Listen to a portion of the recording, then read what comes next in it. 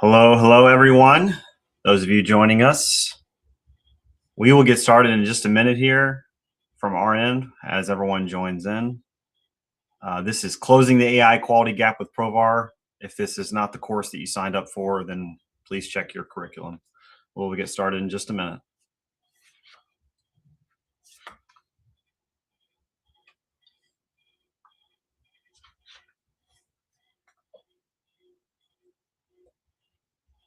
While we're waiting on folks to join in, feel free to use the chat for any questions that you may have. We'll tag those and address all of our questions at the end with the Q&A. So we should have time, if everything goes according to plan, to address all of our questions in the Q&A at the end. I'm sure there will be plenty, as there are typically with AI product demos. So definitely want to leave time for that at the end of today's session. But it's 1 minute past here, so I'm going to go ahead and kick things off. Thank you again once again for those of you joining us. This is Closing the AI Quality Gap with Provar. My name is Michael Dailey. I'm going to walk through briefly what our agenda is for today. So we're going to start off with, first of all, what do we mean when we say quality gap in AI? Kind of defining that and addressing some of the outdated QA processes that we see across the industry and kind of how we address those with Provar. So we'll be walking through different product demos. We'll be going back and forth between our presentation today and demonstrations that kind of tackle each of these key areas around test case generation, page object generation, test data and step generation. We'll be looking into Quality Hub and how we can get coverage and insights in there. And then lastly, ending things off with our scalable execution and grid. So before I get on that side of it, I always like to do a personal introduction in the world of AI and how disconnected we all are remotely. I always like to kind of make things a little bit personal. So this is just a little bit about myself. I began my career as a full stack engineer. I was actually not developing on Salesforce. I was doing in a Microsoft shop. So kind of doing the stack there. I'd used a lot of Selenium, C#, and Angular for front end development. And then kind of led into more of a DevOps engineering architect role. Started with Provar 7 years ago in April. So I'll be there in 7 years. I'll have been at Provar for 7 years in April. I do play ice hockey in my free time. As I'm getting older, I'm finding that that's becoming more and more important to kind of keep myself physically healthy and mentally. I do live in Nashville. I say OG. I was born here in Nashville. I've lived here all my life with my wife and my 2 sons. And I am a Lord of the Rings nerd. As you see behind me, this is not a map of the United States. This is actually Middle Earth. So fun fact there.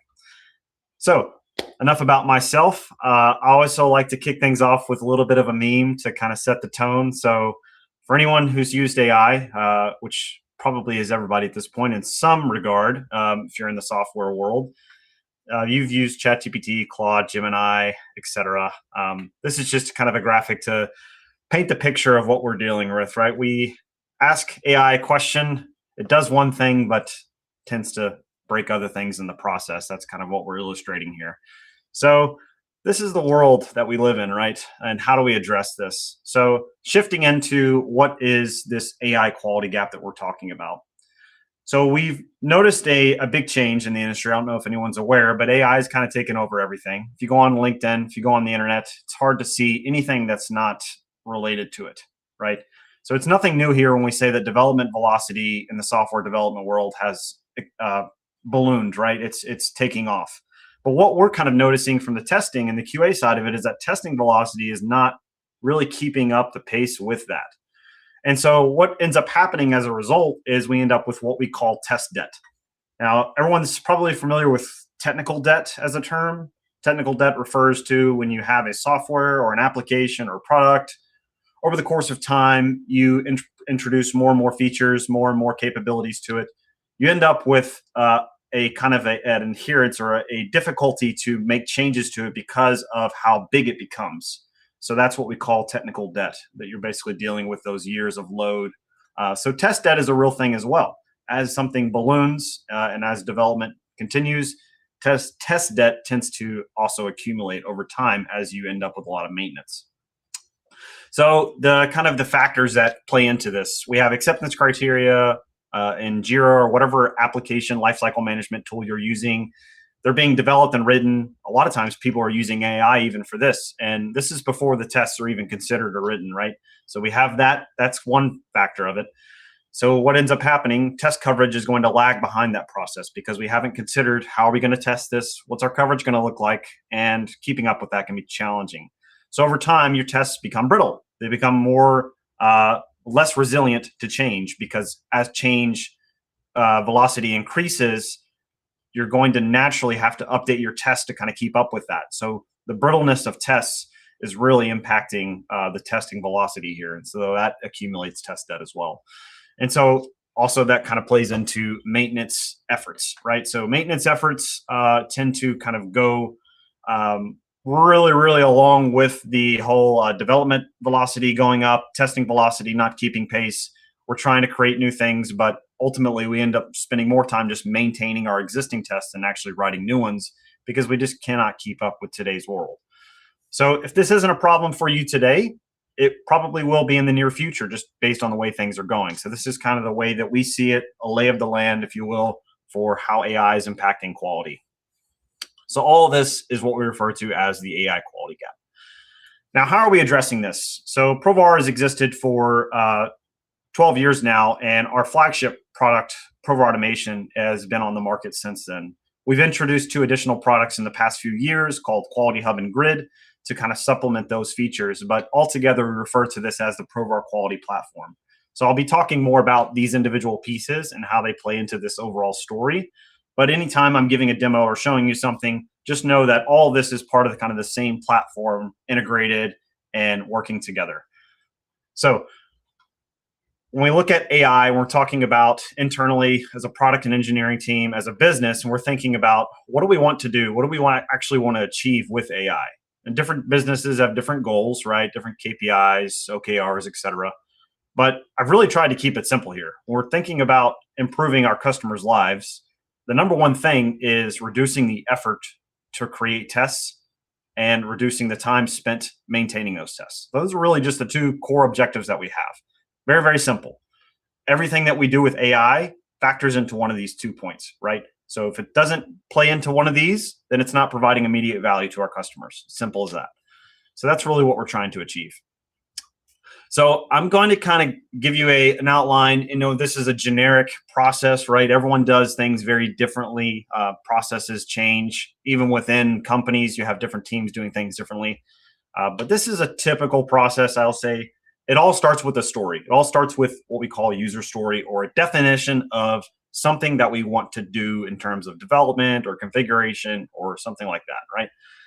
You complete the acceptance criteria, you fill in the business context, you take something from your backlog where it was initially created and you add it into the current iteration if you're doing agile, if you're doing sprints, so that you can begin working on it.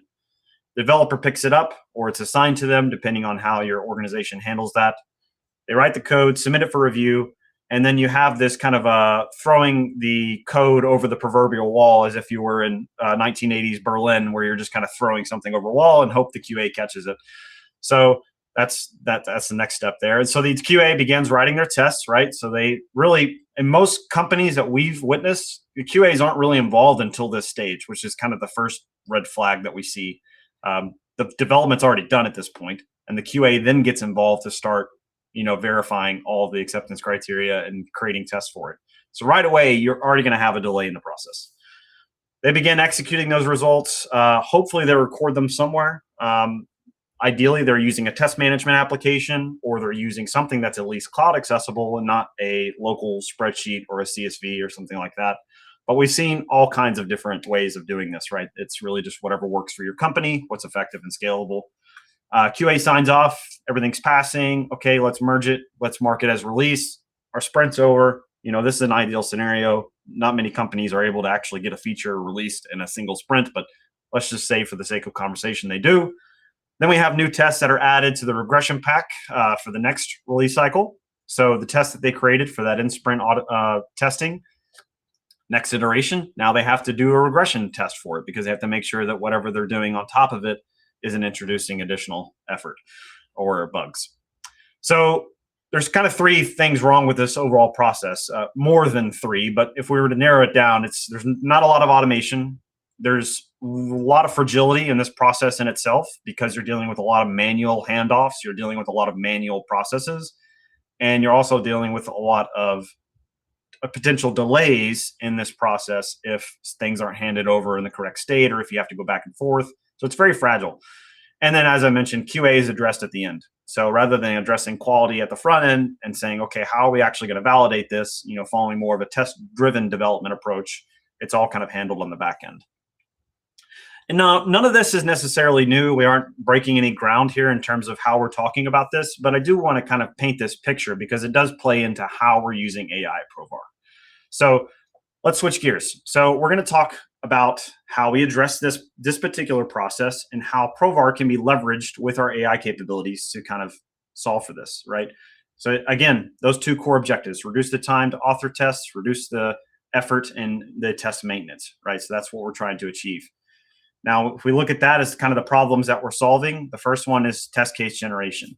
So in test case generation, which I'll demo in just a moment, this combines two key things, what we call process and metadata context. Most AI tools are able to get the process context accurate. If you've been using any LLM for long enough, like ChatGPT or Claude Code or anything like that, over time it learns quite a bit about you and has a bit of a, not necessarily a memory, but it has kind of a context of who you are, who you work for, what your business does, what your product does, what the issues that you face are, and kind of how that works into your role, right? So that's the process context of kind of what you're trying to achieve. The metadata context is a little bit different. This is a bit specific to Salesforce, we'll admit, but this is really around how do we tell an LLM that's trained on publicly available data knowledge or information about our org that's all proprietary? And the answer is you generally have to do it a lot manually, right? You have to pass in all that information directly to the LLM, either through just kind of working at it, exporting things, giving it metadata files, working and kind of, it's a bit of a guess and check, right? There's not a lot of accuracy there. There's not a lot of consistency. And it's a bit brittle in this because a lot of times it will hallucinate. So this is where you end up with a lot of hallucinations when it comes to generic tools and how they handle generative AI. That needs to be very, very specific, right? And contextualized. So I'm going to switch over. This is my first time using our new webinar platform, so I get these nice, easy, smooth transitions. Hopefully that reflects on your end too. So we're going to start things with a Jira user story. Now, this is a real user story we're actually working on currently as part of our development effort for Quality Hub platform that we've written out. We see we got a clear description. We got some technical details. We have a very clear acceptance criteria.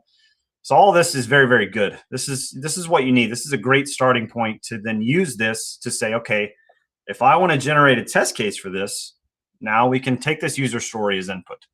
So let me go ahead and switch over to Provar to where we can kind of show you how that works. Now in Provar, we have two ways of generating test cases. You can do standard test case generation, which will just give you a couple of different output types, right? You can do like text, XML, JSON, Gherkin, which will give you that nice given when then structure. If you're familiar with, like Cucumber or behavior-driven development, similar to that, right? And all of these are different outputs that we support that you can export, you can save as files, you can store them externally, you can save them in Provar itself. So that's standard test case generation. So still very useful in itself, but it's not giving you the actual automated test case that you need to execute and run and, from the QA engineer to actually look at. But the other side of it is Provar test case generation, which is the one that we'll start with today and kind of show you how this works. So that particular user story that we were just looking at for that CSV related issue, if I'm just going to search for it here, I've already synced this over from my Jira. So I can see here, this is the user story. Now, if I select this user story that I've imported in from Jira, it does a lot of things for me out of the box. It's going to populate what we call a test intent name. The test intent is how we capture essentially your context for anything that you're generating in terms of test cases in Provar. So that way you can reuse these in the future. It's basically, you can think of it as a gigantic prompt, essentially, that we're crafting behind the scenes, but we're using Salesforce objects and fields to do that. And then it's going to also populate our scenario description, which is going to include the description of the user story along with all the acceptance criteria points. So all that's in there. And we get a nice little advanced section here where it pulls in the persona name. If we've written this using the kind of the agile methodology of this as a blank, I want to blank, so that blank, it'll pull in that as the persona, which kind of just helps ground the AI whenever it's generating this test case to use a specific user. If you have a connection set up for a particular user in Provar, you can actually use this to create a connection specifically for that individual user. So I'm actually going to change this one because I'm actually using a Scratch org here, and that's what I've named my connection in Provar. So I'll change that to Scratch org. We can add additional context here, such as adding related test cases. We can upload files, right? So there's loads of information that we can pass into it, and we give you different fields and different ways to capture that. Most of the time when you're dealing with AI tools or, again, going back to kind of my two examples, Claude and GPT, they have just a blank text box and you just dump everything in there. The way that we have it structured is basically it's the same thing behind the scenes, but we're just giving you kind of a UI around it so you can know exactly, it's dedicated for that particular thing, if that makes sense. So it helps us to capture that information more reliably.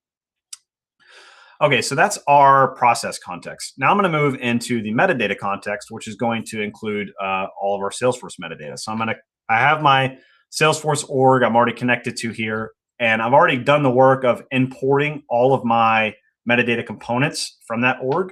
So you can see all the different metadata that we support out of the box that we can import and track and use to generate test cases from. And I'm also going to save this to one of my projects so that way I can have it automatically loaded into that project and look at it there. Now there's loads of, again, most of these are going to be optional in terms of how much context you want to add. So for my example, I know kind of some of the information that I want to pass into it, but you can also use this new feature where you can detect the metadata from the description. And what it will do is it'll look for all the metadata in your system that you've imported, and it'll give you kind of a snapshot of some of the fields and objects and apps, etc., that it's captured from that description. So I can just go ahead and add those. Okay, so it's detected a few there that I can add just from that description. Now that's the automated way. We can also be specific about this and say that, well, specifically, I'd like to add the test case object. So this would include all the fields here. Again, we're giving you options. So it's going to add all those fields. Adding all the fields, basically what that allows us to do is whenever we're adding this into our context, it knows the field names, the API names, the specific ways to locate those fields on the page. All that's very important when it comes to generating automated test cases. If we don't know the specific names for objects and custom fields, then how would an AI know how to automate a test case for it? And the answer is it wouldn't. So all of that is very relevant. And then the last one I'm going to add here is just the test output, which is another custom object that we use for this particular test scenario. And now we're going to tell it which app to go to, which again is helpful when it comes to Provar automation, because automation in Provar for Salesforce, we can directly navigate to specific Salesforce apps. So we can tell it that app here, and that will, when it generates a test, it'll use that app as the app that it's testing. And as a little bonus here, because being on the product side of this, I know what LWC that this particular component belongs to. I can search for it here, which is going to be test case generation. It's going to be this one. All right, so there we go. So now we've added all of our context for our metadata, which shows up down here, all these different components, right? We can collapse this window. And very recently, in the latest version of this, we've added what we call page object context, which you can see here, I already have some page objects that I've created and generated in Provar. So I can add these if I want to, if I don't want to regenerate them. But I'll show you kind of a fresh scenario here of how that would work. So down below, again, this is all kind of very, very specific for this scenario because we're using these specific objects. It finds these artifacts that it can use to generate test cases for and page objects for. So it's detected that the test case object is being used across this many different Lightning Web components. It has a flexi page. The test intent object also has a flexi page. So all of that is there. I'm going to go ahead and just do a refresh here just to kind of show you how that works again. But basically, it's going to query that org that we're connected to and pull in all of that metadata information that we can use to generate page objects for reliably. So this is what allows us to generate those page objects and then use them inside of an actual test case. So I have everything I want here. I'm going to go ahead and capture this as an intent. So I'll save my intent here. So all this information, everything I've done up to now is now captured. So if I refresh the page or go to it again, all I need to do is select and search for it here, and it'll populate all this information. So I'm going to go ahead and click Generate Test Case. So that'll be done. It's going to fetch some additional information from some of my fields, and it will send that off to our test case generator to process. So I've already done this on the back end before this demo, but basically I'll show you how it works. So if we go into our generation request, it's all happening asynchronously. And the reason why it's happening asynchronously is we're actually kicking this off and we're using a back-end infrastructure to do a retrieval augmented generation, or RAG. If you're familiar with that in AI, it's basically just a way to ground the AI in reliable generation. So Provar test cases are very, very specific in their structure and their hierarchy. So we're using that to basically say, okay, we have this library of test cases. We want you to use this as examples whenever you generate something new. So we're using that behind the scenes, and we're also using a strands agent in Amazon Bedrock to kind of implement a reliable and secure structure behind the scenes. So that way it's all kind of happening asynchronously. It does take a couple of minutes to execute. Really, all of that is actually the time it takes to just generate the file itself. So even if you were running this on an LLM locally or in an actual browser, because of the size of the test case files that it's generating, this is like 50 to 60 different test steps. It's going to take some time just to generate that text anyway. So it's all kind of gated by that output. But we can look at a previous one, and I'll show you kind of what it looks like. So this is our previous generation request that sent, and it created this test case for me. I've already saved it. And there's a couple of things that you can do once the test case has been generated. Of course, you can save it here, capture it inside of Provar. So I can I can view that test case and all of its steps, its related objects, etc. I can download it locally. So then I can download this, take it into Provar Automation, which is what I'll do now, and kind of show you how that works. So I'll just go ahead and download that file. Now, when it's downloaded, it's giving us the actual test case file that we can copy over into automation. Another thing that we do is this validation report. So if you've ever used any static code analyzers or anything like that for code scanning, this is very, very similar to that. We've basically created our own version of this for Provar test cases. So you get this Provar quality score, which shows you some violations basically in the test case that was generated. So generally speaking, you're not going to get any critical issues in these because we're remediating those on the back end. We set an actual threshold for the score so that the AI, if it generates a test case that's lower quality, it's actually not going to return that. It's going to do basically a resolution on that particular test case. But you will get some majors occasionally and a couple of minor issues. Most of these are going to be best practices, different things that we can improve in the test case. It'll give you direct recommendations on how you can change those. For the major ones, those are the ones that you typically want to be looking at if you're generating these test cases and then looking at them inside of Provar. Okay, so that's our test case. That's our validation report. It also created page objects alongside with it. I'll cover the page object generation in the second demo, but I do want to show the test case that was generated. The summary is just basically capturing that JIRA user story and acceptance criteria. But if I scroll down here, these are all the test steps. So you can see here, it's quite a long test case. And most of these steps are going to be just, plain text, the actual name of the test step in Provar, with the kind of the information that Provar needs to capture that inside of the application itself. All right, so let me switch over to our application here, and I'll just show you how we can copy in that file and show you what that test case actually looks like.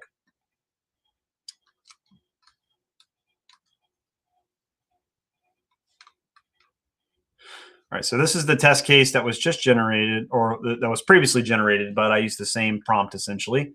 So you can see what was created here.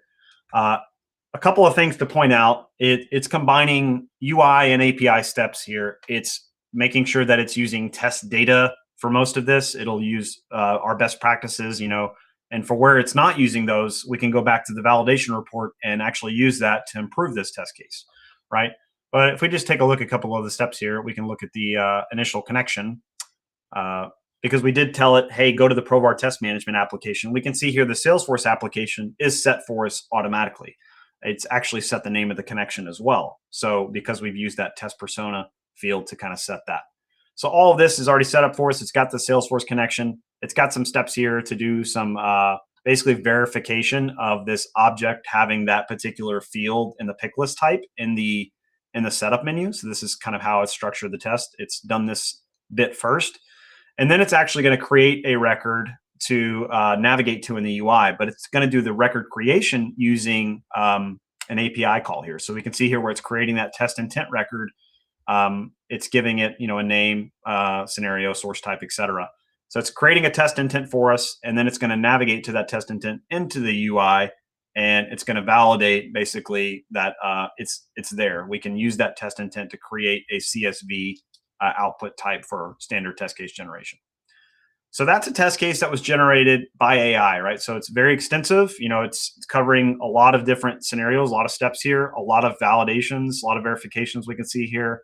It's going to use, as I mentioned, specific object names correctly because we passed all that information in. It'll use field names correctly. So all this is rendered properly in Provar. So you have all that kind of assurance there. All right, so I'm going to go back to this one here, and we can see the one that I just kicked off is completed. And actually, we could see that the quality on this one is higher than the one it generated before. And that's because, of course, there is some learning in place here because we're using the same prompt.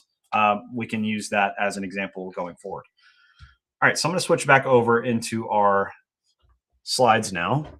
I love this transition that I can do in this new platform. All right, so hopefully you all can see my slides again. I'm going to continue on and just kind of, again, we're generating tests, but that's only part of the problem. I won't want to say half, but I'll say it's part of the problem. But it does help us reduce that effort to create tests. There's other things that we'll talk about as well that can do this. But as we all know, you're generating tests, you're generating code in a matter of seconds and minutes. There's that cost of ownership and maintenance kind of looming in the background, right? So what happens with all of that? So that's kind of the next topic that we'll tackle here. So we still need to address this problem of how do we reduce time that we spend maintaining tests. Automation reliability depends on one of two things. Either a stable UI, your application never changes, UI never updates, the layouts never change, fields aren't introduced. So we can kind of mark that one off. That's probably not going to be the case. So the other one is test resiliency. So how do you know your automation is reliable if the UI is not stable? You need your test to be resilient. That's really the only kind of alternative there. So how do we build a resilient test case? That's kind of the next question, and how do we easily maintain those? Because there's three different things that you have to consider, especially in the world of Salesforce, this third one, but the other two are always going to be present in any automation for any application. You'll have to deal with page objects, you'll have to deal with field locators changing, and you'll have to deal in the world of Salesforce, the metadata awareness that we kind of outlined and how we get that into the context for the generation that we do for test cases. So creating and maintaining these is most of this is kind of the biggest time sink that we see for any automation team, any QAs. You spend most of your time just creating and maintaining, these particular things, not the tests themselves, but the actual page objects, locators, and all the application intelligence that you need to test your particular application, right? So that's one of the biggest time sinks. So we definitely want to have some solution for that.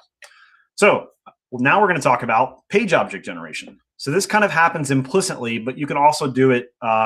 You can also do this on demand inside of Provar as well. We've exposed this as a specific feature that you can generate page objects for. And again, how are we doing that? We're utilizing our Salesforce context and again, the process context to generate these reliable page objects. So not just page objects that are going to be dumped into your project and none of the locator is going to work. We want to be able to do this reliably. So all this information that we're going to use is going to help us do that. So let me switch back over into my demo environment here. So for the test case that I just created, the one that I generated as part of you for the demo, I can save this one. And what will happen is we already have some page objects that we've created for this particular test case. So you can see here, it's actually saved 3 additional page objects alongside the test case itself. So because in our generation here, we actually checked this include page objects, it's going to generate the page objects as well as the test cases themselves whenever it does that. And it'll relate them to the test cases so that way we can see them on the record. And I'll show you kind of what that looks like here. So if we go to view test case, we can see in this particular test case that was generated, if we go to our related section, we'll be able to see the issue that it's related to. So that we get a lot of information here. So the issue that it's related to, this is the Jira user story that we've imported. So we have that link automatically created for you. So you know that this particular user story is being covered by this particular test case. And we can report on that natively in Quality Hub as well. We'll see metadata component coverage. So this will be all of the covered metadata for this particular test case. In other words, all the metadata that this test case interacts with will show up here. And then we see our page objects and the linked test intent in the validation report as well.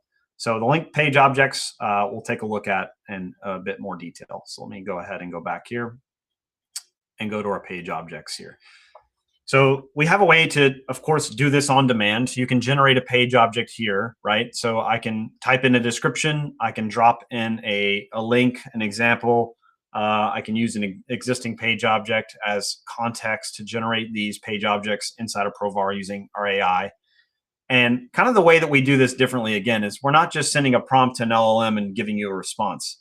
We're actually doing like a full life cycle of planning what the user has requested us to do, doing the generation. Okay, now we need to run a validation on what's been generated. Does that validation give it a score that's above our threshold? If not, we need to do a regeneration and address the items so we can get above that score. And we're also going to do a validation anyway. So even if it does pass that threshold, you'll get that in the report. So you'll be able to see, okay, what was wrong with this particular page object or this test case. And I showed kind of how that works for test cases before. But for page objects, I'll show you just briefly how this works. Again, we're selecting our Salesforce system here, and we're going to go ahead and search for one of our our Salesforce objects that we want to do this for. So we can search for schedule here. If I can find my test plan schedule. We'll see initially 30 fields loaded for that particular object. So that's how many fields this object has. And we've already done this before, so you can see it already has these UI artifacts that it loads here. Basically, these are any components that are using this particular Salesforce object in the org. So you'll see a confidence score here. In other words, it may be referenced, but it may not actually be something that uses this particular object directly. The confidence is high, then we know that that's very relevant for that particular object. So those are going to be selected automatically. You can select as many as you want, up to 25, due to context limits and things like that. But basically, this will pass in all that information to the page object generator. We can do a refresh here if anything's changed. So if this object or any of these pages have been updated, we can do a refresh, and that'll do kind of the reprocessing here. So I'll just show you really quickly what that looks like. Very likely nothing's changed since the last time that we did this, but we can go ahead and take a look and see if there's any new UI artifacts that are being used for this particular. Oh, so we have quite a few actually. So now we see that we have 38 artifacts, and that may be quite a bit. Oh, I went back too far. Sorry, let me get back to that. Luckily, I don't have to do that again, so it'll show up here. So we have our 38 artifacts here that are loaded in. Most of those are low confidence, so can be pretty easily ignored. But if you wanted to include them for any specific reason, like if you're doing development on a specific Lightning Web component and you want to make sure that it's not impacted or something like that, then you can include those. And for now, I'll just leave it as it is, and I'll generate the page object for the test plan schedule. And now, as I said, this will generate for all the fields, anything in the Flexi page. If there's any Lightning Web component references, it'll use those Lightning Web component locators. So, it'll be able to interact with all those elements reliably using this page object here. Now, this is only specifically if you're wanting to give your QA team, or QA wants to come in and generate a page object inside of Provar, and then they already have a test case that they're working on. They can't get locators to work right, or they just want to have a kind of a starting point for those locators so they can use them in Provar. This is a great way to kind of give that team access to do that. So we can see it's actually generated a couple of different page objects there, but we can look at our library here for the full list of page objects that have been generated. So I'll just do a refresh here. And we can search by specific artifacts, or objects rather. So I can look for our test plan schedule. We can view this particular page object. So this is the actual Java source that's been created for us. We can copy this. We can download it into Provar. There's a lot of different options that are available for us. But you can see it's using pretty reliable locators. For the most part, it's going to use limited paths. In other words, there's not going to be a very long locators in here, because that's part of our validation for page objects. We don't want to generate locators that are too long, etc., things like that. So we can download these, as I mentioned, directly into Provar. So like for our scenario where we were working on that CSV test case generation, these are the ones that were generated for that. So I can download those specifically and then copy them into my project and then reference them. So they'll be available there. So that's page object generation. As I mentioned, it happens implicitly from the test case generation, but you can do it on demand here as well. And you can manage all of your page objects. And because these are just, Salesforce records, you can also upload your own. So you can create your own page objects in some other tool or in Provar and upload those into Quality Hub and then have those accessible from there. So there's many different ways that you could utilize this and plug it into your existing kind of workflow. So let me go back once again, and we're going to switch over. So talked about page object generation and test case generation. Now we're going to switch more into kind of the in the weeds stuff. So getting more into kind of working on an existing test case, an existing scenario. So we're talking about two primary things: test step generation and test data generation. Now, test step generator is a bit of a Provar specific thing. This is something that's been on the market for a while inside of Provar automation. It's what allows you to use AI to generate test steps for an entire page rather than having to manually add each individual step and provide your data for those. So you're talking about a process that could take 5 to 10 minutes has now been reduced to seconds, right? So it's a huge time savings there. Then we also have bulk data generation, which actually is used automatically by the test step generator, which I'll show you when I demo this in just a moment. But bulk data generation, very, very useful. Maybe in a lot of teams aren't taking advantage of this feature that have access to it, but I would encourage you, if you are using Provar, to kind of explore this a little bit for your teams. Because what we often see is this is one of the barriers to being able to test something reliably at scale and cover a wide range of permutations is you don't have the data that you need. Testers need good data to test against. So bulk data generation, it's easy to do in a lot of different tools. It's not necessarily a difficult problem that we're solving here. The difference is how we solve it is contextualized data. So it's not just data that's random for your particular scenario. It's going to use your Salesforce metadata to actually generate real-time data that is useful for your particular org. So I'll show you what this looks like in a demonstration. So let me switch back over into Provar and go to our project here that we have opened. And I'm going to go ahead and just look at our test case that I've already created here. And the only thing I've done is add in my Salesforce connection so I could show you how we can utilize our test step and test data generation. Let me go ahead and launch Test Builder here.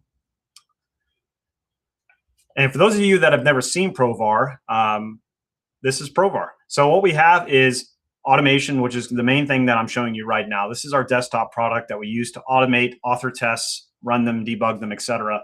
And then what you'll see loaded on the right-hand side is Test Builder. Test Builder is our unique way in our approach to how we do automation and authoring. You get this live debugger that you can see the status of your current test case, your steps. You can jump to different points in your test case, which is one of my favorite features personally, coming from a Selenium background. Something that we struggle with quite often is debugging. So if you have a failure, or if you're wanting to change something, or if you're wanting to go to a point of failure very quickly, it's very difficult to do in tools like Selenium, where you have to write the code for it, run it, see where it fails, and then go back and change it. In Test Builder, we can right-click on any step and jump to that step to immediately get to the point of failure. All right, so now let's go to our new lead page. I'm just going to go ahead and directly navigate there and show you how this test step generation works. So I'm going to right-click on our salutation or any field, and with Test Builder, right-click, add to test case, simple as that. But what we have now here is this AI steps toggle that we can enable, and then we can select any of the fields, or we can just select all the fields and click Add All. What this is going to do is basically every field on this particular page, it's going to add a step for it, and it's going to give us good data for it. What I mean by that is it'll actually use our test data generator in the background to generate org-related data. So if there's any lookup fields, if there's any specific data types that it needs to interact with, if it needs to refer to a specific record, all that, it's going to actually retrieve that from the org itself. Another thing that you may have noticed is it actually navigated to this page again. So one of the things that Provar handles natively is that Salesforce navigation. So something that is a bit taken for granted, I think, if you've been using Provar for a while. But again, if you're coming from Selenium, getting started in testing Salesforce is as simple as authenticating to your org and then just immediately jumping right into your scenario, just like I've done here. So you see all these test steps that have been generated for me just in a matter of seconds. And again, it's using data that's not just random, but it's actually using valid values for my org. Like, for example, to use valid values for the pick lists. And we can step through a couple of these just to kind of show you that these are working properly. But another thing here, going back to one of our previous points, is we're not just generating something that's going to break tomorrow. These are reliable test steps because we're using these metadata enabled fields for these particular screens. So it gives us a way to generate something very, very fast, but also not introduce test debt later on, which is one of the main things that we want to tackle in this year. So that's test step generator, and that's test data generator kind of working along with it. Again, you can see all the steps here. I won't play all those through, but just kind of know that that's one of the features that we have inside of automation that works right out of the box for any Salesforce org. As long as you have AI enabled, you can take advantage of that. All right, so I'm going to jump over and, again, kind of just recapping here for test step and test data. We're using your org's metadata to generate relevant test steps and test data, so that way you can use it in your testing processes. So there's another side of maintenance, and this is one that I'm really excited to kind of talk through and show you, because this is going to be something that's brand new, never before seen by an outside audience, and that's this concept of self-healing. So a little bit of a tease there, but we'll get to it. So over time, there's really two reasons why. Well, there's a few reasons. I won't say two because I forgot how many my list has. But there's a couple of reasons that tests fail. UI changes, which we've talked about before. Locators can change, right? And functionality evolves. So 3 reasons. So functionality evolving could be, your flow change, you introduce a new validation rule, etc. Locators can change for elements all the time. Labels can change. UI changes refers to, maybe you've moved something to a new section, right? So going back to kind of this particular screen, like if you move this field into the address information or additional information section for any reason, that's a simple UI change, right? That we don't want to impact our automation. So self-healing can help with a lot of these things when it comes to maintenance. But the question is, there's a logic that needs to be applied. How do we decide when to actually heal these tests? Because we don't want to introduce situations where the test is healing itself, but it should be failing. So there needs to be some kind of gate there, a quality gate instituted as well. So Provar AI is going to be focusing on, test resilience, like we said, but also addressing each of these issues that we've talked about for maintenance. So test resilience through self-healing. So we're using AI to remediate steps at execution time to reduce those false positives that you get quite often in automation because you're dealing with the brittleness and the kind of the dynamic nature of it. So I'm going to switch gears once again and go back to our other application inside of Provar.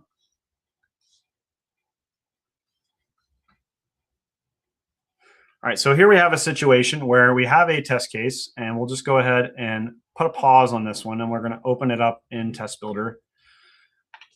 So this is going to show you kind of 2 primary ways that self-healing can work. Now, for this situation, what we have is we're just connecting to our Provar website, in fact, to kind of show you basically how this works for generic web pages, not just in the context of Salesforce. The 2 main situations would be the DOM actually changing, like a field moving to a new section in the HTML or the DOM, or a locator becoming invalid or not working anymore. So those are 2 of the primary situations where you would want to do some type of self-healing. And I'll show you how those work inside of Provar. So for the most part, this is one of those things that you'll see working, but you won't actually know what it's doing behind the scenes. You just kind of see that it works. So I'll show you a little bit of detail on what's actually happening as we go through it. But basically what we have, I'm going to show you a little bit of code here. So apologies in advance. But what we have is a particular locator for this job title that is, as you can see, it's incorrect. It's missing this little T here. So that's one scenario where we have an invalid locator. The other one I'll show you where we're actually manipulating the DOM to show an actual failure. So I'm going to step through this test case and just kind of show you what that looks like.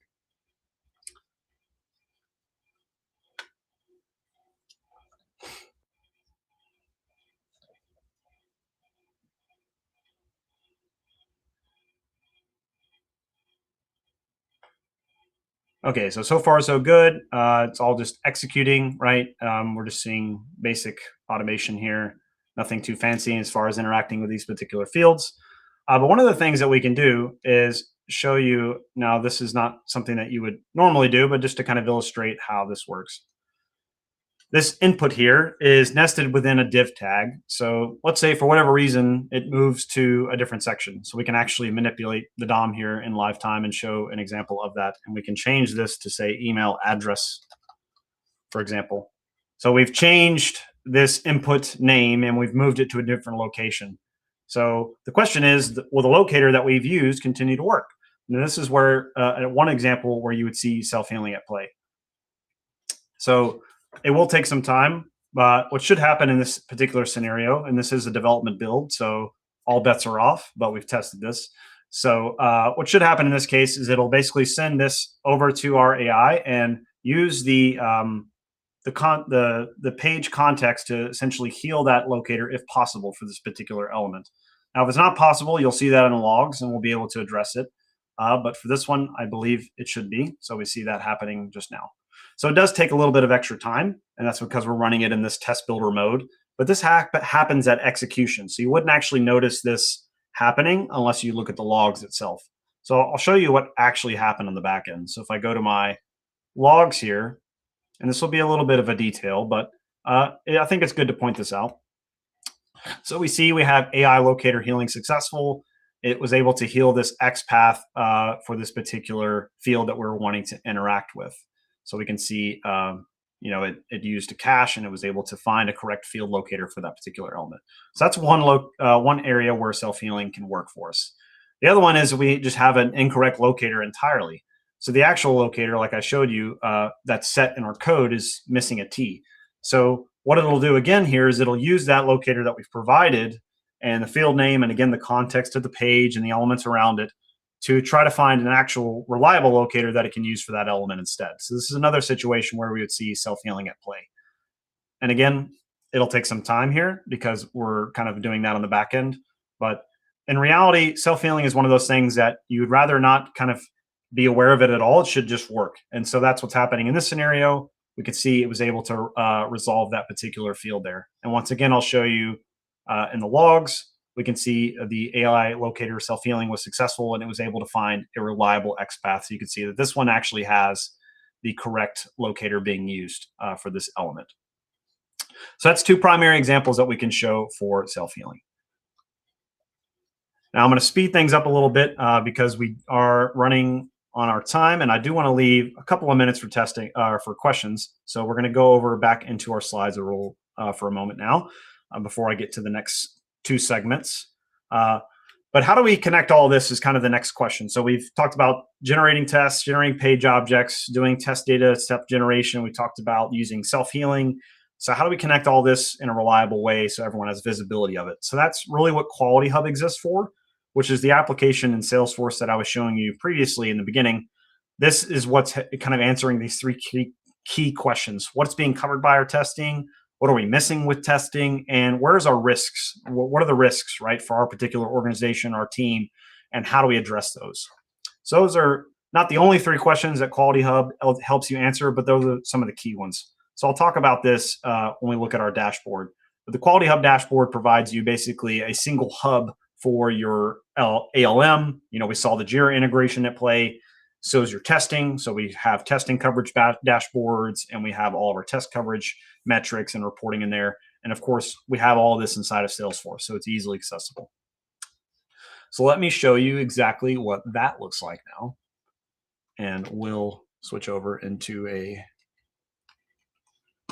yet another transition here.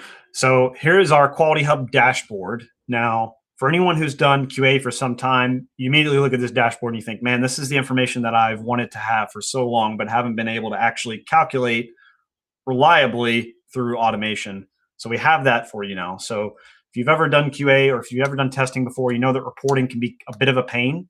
Those are one of the things that we hope to solve with Quality Hub, is providing you different ways to do reporting, giving you dashboards out of the box. So it's just going to work, right? So once I set up automation, I start reporting on all my test cases in here.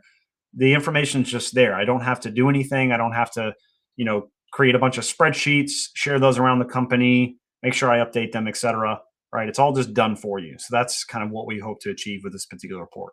Oh, and you can of course export it, right? So we can export all this information and then share it with anyone who may not have access to the app or the Salesforce org. So that's another thing too. So what are you getting out of this dashboard here? You're getting these 5 key value drivers, as we call them. So you'll have quality and efficiency, which measures things like your execution success rate. And each of these is going to have their own trend graph, basically, that you can look at, along with key insights that give you insights on the data that's in the org.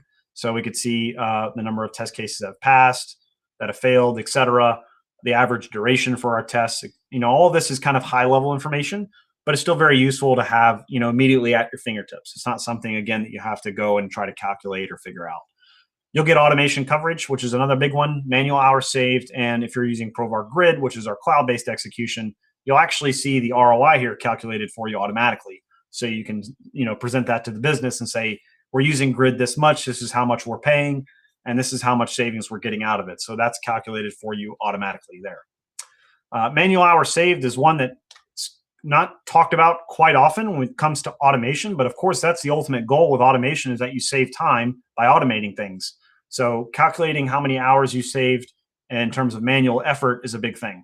So we can see here, it's actually calculating the number of FTEs that have been freed up for the past 12 months in this particular graph here. So right away, we know the value that we're getting out of our automation through this dashboard here.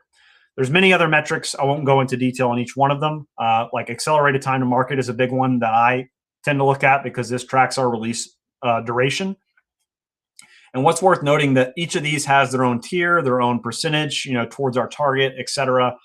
We can actually adjust these. So they're packaged out of the box. We have defaults, of course, so you don't have to, but I've actually set these specific for our org, right? So I can change these values to be different targets that are more manageable or achievable for our organization if we want to modify them for any reason. The release duration is one that I like quite a bit, because again, maybe not the graph itself, but the information that it's providing you with is very helpful in terms of your average release cycle time that we have. So this is our actual average release cycle that we have for the Quality Hub project inside of our app. So it's pretty cool that we can just see this here from Jira. Basically, it's calculating all that, and this is information that we pull in from our Jira integration. So that's Quality Hub. Those are some of the dashboards and kind of the insights that we provide. There's many other packaged dashboards that I'd love to show you, but I think in the interest of time, I'm going to switch over into our last segue here and just kind of maybe put a bow on things when we talk about Grid a little bit. So Grid is our execution platform. This is what we use to execute in the cloud. This is something that's immediately available to anyone who's using Quality Hub. It's configurable through there, so you're able to take advantage of it. And basically, you can run your automated tests at scale across any browser, any operating system, and any environment. So we take care of all the maintenance, the infrastructure for you out of the box there.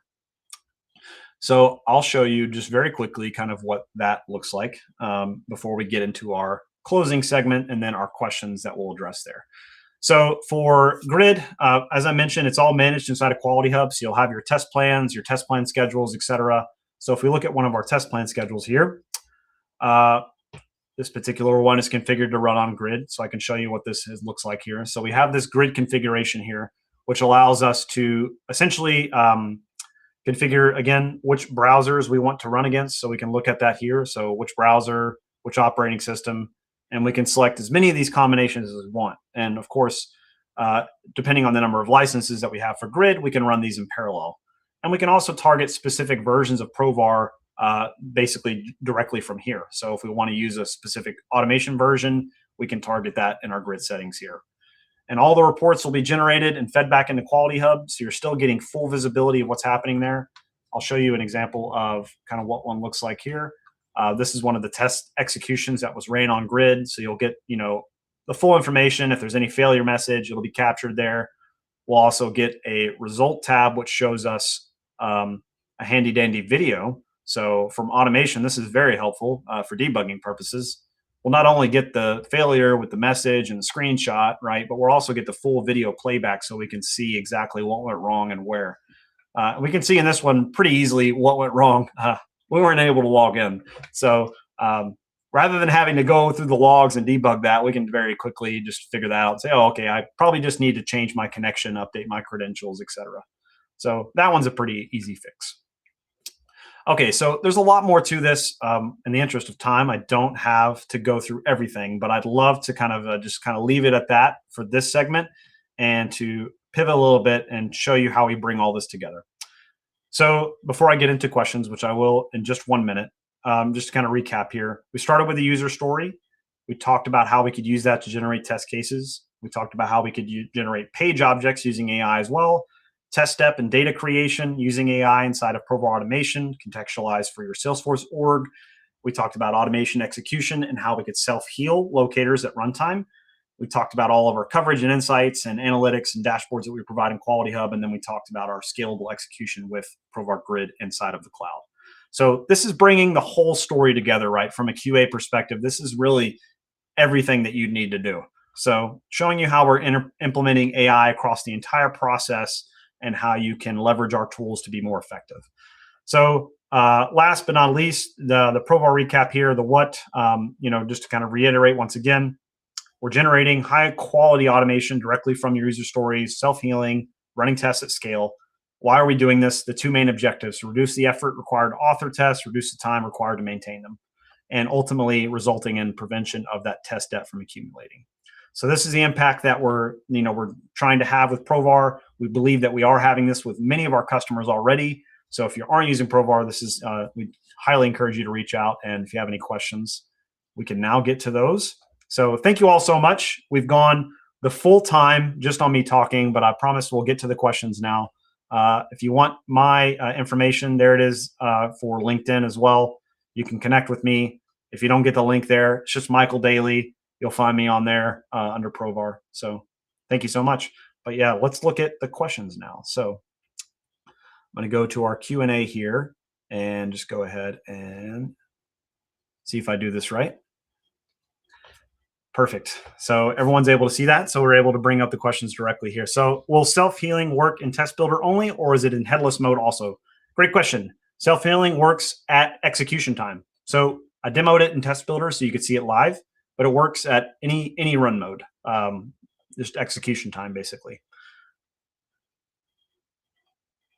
All right, next question. Whether self-healing functionality work with existing test scripts which developed using V2? Yep, there's no restriction there, but I will say that any AI capabilities, of course, exist in Provar V3 exclusively. So if you're wanting to take advantage of those, you do need to upgrade to V3. But self-healing is something that will work for any existing test cases, existing page objects, etc. And that is something that's going to be scheduled to release in our next version of Provar as well. So keep an eye on that. Does Provar Quality Hub and Test Management require a separate license other than development and execution license? Provar Quality Hub is included in your Provar automation licenses now as of this year. So we are giving all of our customers direct access to Quality Hub if they have access to Provar automation. So if you want more information about that, please reach out to your CSM or raise a case with us and we can happily set you up with that.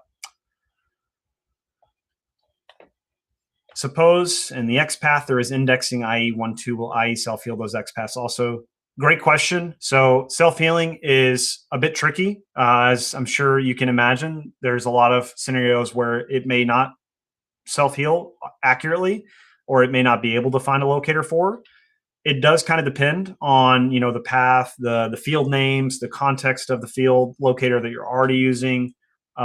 So it's one of those things that is non-deterministic. There is a probability element to it here. So I will say in most cases that we've tested, it's fairly reliable for simple changes, simple locator changes and UI changes.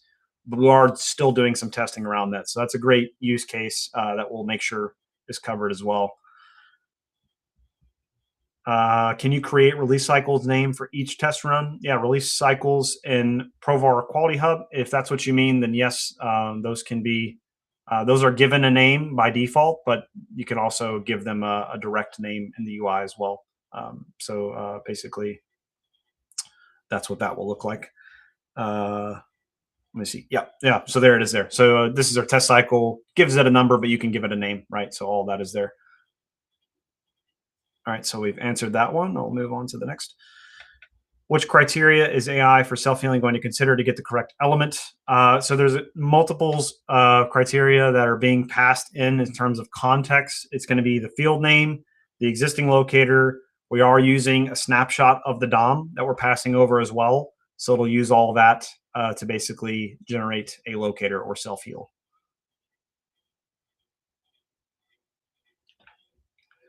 Code is moved from one sandbox to another. My test case passed in the current org but failed in another org. Will self-healing help fix the test case in the other org? Great question. Best answer I can give is depends. Depends on what failed in the test case. Was it a locator failure? Was it a simple UI change? Right? Those are kind of the basic things that we cover with self-healing. So if you're talking about that, then yes, it would correct it. But if you're talking about something else like a functionality change, then that likely needs to be built into the test case and it needs to be updated for that. So there are some situations where self-healing should not occur. Test data generation, can this create unique test data, unique first name, last name, email, which doesn't exist already in Salesforce? Yeah, great question. So validation rules apply here, but obviously it's not actually creating the test data for you immediately. It's just generating the test step to create the test data. So something that you kind of, we have that human in the loop element where you need to verify all of that. But yes, in general, it is going to be fairly randomized in terms of the names that it's using and things like that. So it's highly unlikely to occur where you have duplicates, but it can happen, of course, because we're not necessarily, again, we're not trying to insert the data directly. So good question. Test data generation for non-Salesforce application. Yes, you can do test data generation for non-Salesforce, just not using AI right now in Provar. So you can use our other features, such as interacting with APIs and databases and things like that to generate test data. But if you're specifically referring to AI-driven test data generation, then that is specifically for Salesforce right now. If you have an application that you're interested in, we'd love to hear about it, though, from a product side. Can this tool enhance improved test cases that were originally developed without using the new AI features? Not sure exactly what you may be referring to. Maybe you're talking about test case generation. Can you use an existing test case as context, pass that in, and generate a new version of it? The answer is yes, because the test case generator allows you to add in related test cases as context. Those can be sent to the generator to basically use as an example. So you can also validate those in the org as well. So more on that in the next version of Quality Hub, where we'll be adding that in. But yes. Do we need grid licenses for page object generation? No, you do not. Page object generation is a part of Quality Hub specifically. So you just need your manager Quality Hub license for that particular feature. During test case generation, page objects are also generated. When all the test case generation is complete, then all these page objects combine into one. No, specifically the way that we implement it, we chose to go a different route rather than combining them into one. If you have a page object with over 100 to 200 locators in it over time, that becomes quite a pain to maintain. So the general rule of thumb here is we have a new screen, we have a new page object. So that's kind of the way that we've interpreted it and how we're handling it on the back end. Hopefully it doesn't result in too many page objects for the most part. It tends to handle things pretty well. And from the situations that I've seen, I haven't seen like more than half a dozen page objects be created. But just know the more page objects you're generating, of course, that adds into the runtime for the generator as well. Is it possible to integrate Quality Hub with Azure DevOps? Yep. We import work items from Azure DevOps. So the beginning scenario where I showed you my user story in Jira and showed you how I could link that and use that as test case generation context, we can do the same thing with ADO there. We don't have a linking between the results necessarily inside of ADO. Like if you have test cases in ADO, we don't have that linking, but you are able to import things over from ADO. Does test management tool review existing test cases to identify reusable ones before generating new test cases to help avoid redundancies? No, but it's a great idea. How are costs addressed? Do I need to have Salesforce Agentforce licenses or okay not to have them? Is the cost of AI baked into Provar licenses? Trying to know how to understand or estimate the cost of using this tool. That's a great question. So, the way that we've implemented Provar AI and Provar is that we're kind of assuming the cost of AI right now for our products. So if you want to use AI and automation and Quality Hub, all you need to do is turn it on. It's disabled by default. Once you turn it on, you can use it. You don't need Agentforce or anything like that. Hopefully that answers that question. Is test case generation feature ready to use or it's in beta? It's ready to use. It's live. Yep. You can download the latest version of Quality Hub and it'll be there. You can take advantage of it. Play with it. Let us know how it works. Will this tool automatically fix failures in the scripts? If you're referring to, I'm not sure what this question is referring to. Maybe it's self-healing, maybe it's generation, not quite sure. But if you're referring to self-healing, again, the failures that it's going to fix are related to locators and UI changes, not necessarily actual failures like functionality changes, real validation rule failures, that kind of a thing. So it does depend.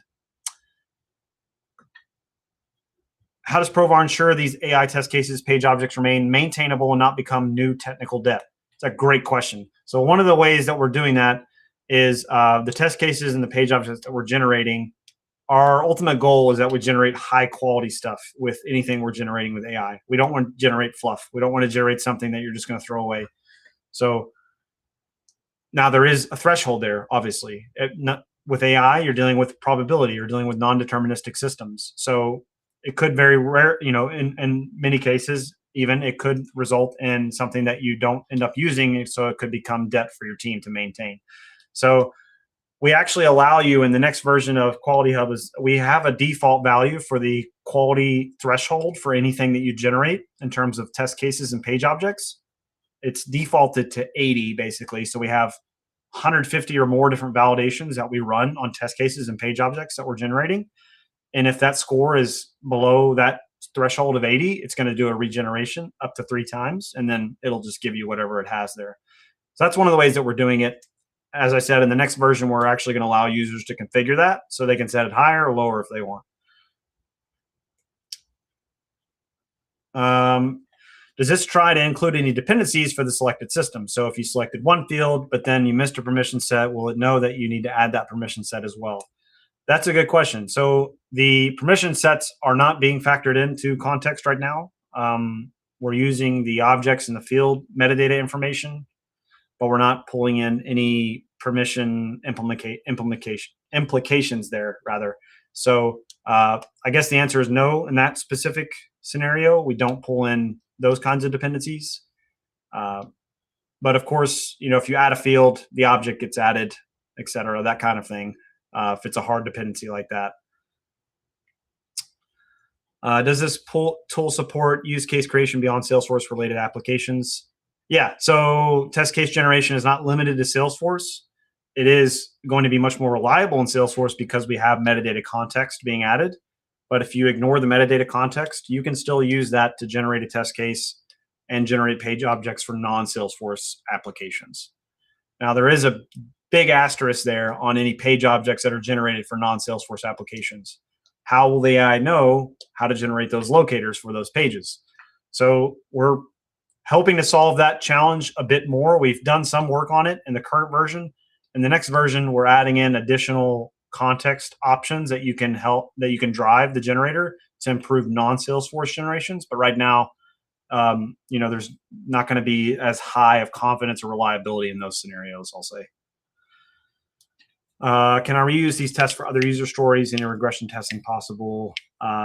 Yeah. So you mean like you have a user story, you've generated test cases for it, you have another user story, you can mark the new generation as a related test case, right, to that new generation. So you can add in that as context for the one that you generated before. You can also reuse those intents that I mentioned. We capture the test intent with all that information, all the context. That can be reused and modified and updated, so you can create different versions of that. So all of that is possible. What LLM is being used by Provar Test Management? Is the data going through the secured and not shared with others, so our data is not teaching others? Only my Salesforce work can learn, or is that not possible? Yeah, so we use AWS infrastructure backend. We're using Bedrock models from Amazon for all of our generations related to Provar test case generation and page object generation. And those are, we follow the standard data sharing and security policies that they have, that the data is wiped immediately after the agent is done with the generation. The only thing that we have access to is just the logs for a temporary basis. And other than that, no, the data is not shared. It's not used to train or anything like that per the promise of Amazon. So we are using those highly secure streams for that. Does this also integrate with your Jira user story? Can we have bidirectional sync? Yeah, we have bidirectional sync. That's enabled. So it's disabled by default, but you do have the option to turn that on to where you can sync information back into Jira. Good question. Does this work for Salesforce source format? I'm not sure exactly what this question is asking. Source format. Maybe I'll put a pin in this one and move on, just because I don't know exactly what you may be asking there. I know we're over on time, but I want to get through this last question here. When you're referring to writing a test, do you mean manual, automation, or both? Writing a test. So this may have been near the beginning. So our test case generation, we can do standard, which is manual tests, or we can do Provar, which is automated. So that would be my answer to that question. We can do both. Okay. So we got through all the questions there in record time. I know there's probably more that came in. Sorry, we didn't have time to get through everything, but we are 12 minutes past here. Thank you all so much for the engagement and the attendance here. This has been awesome. And yeah, thank you all so much for attending today's session, and hope to see you next time. Bye.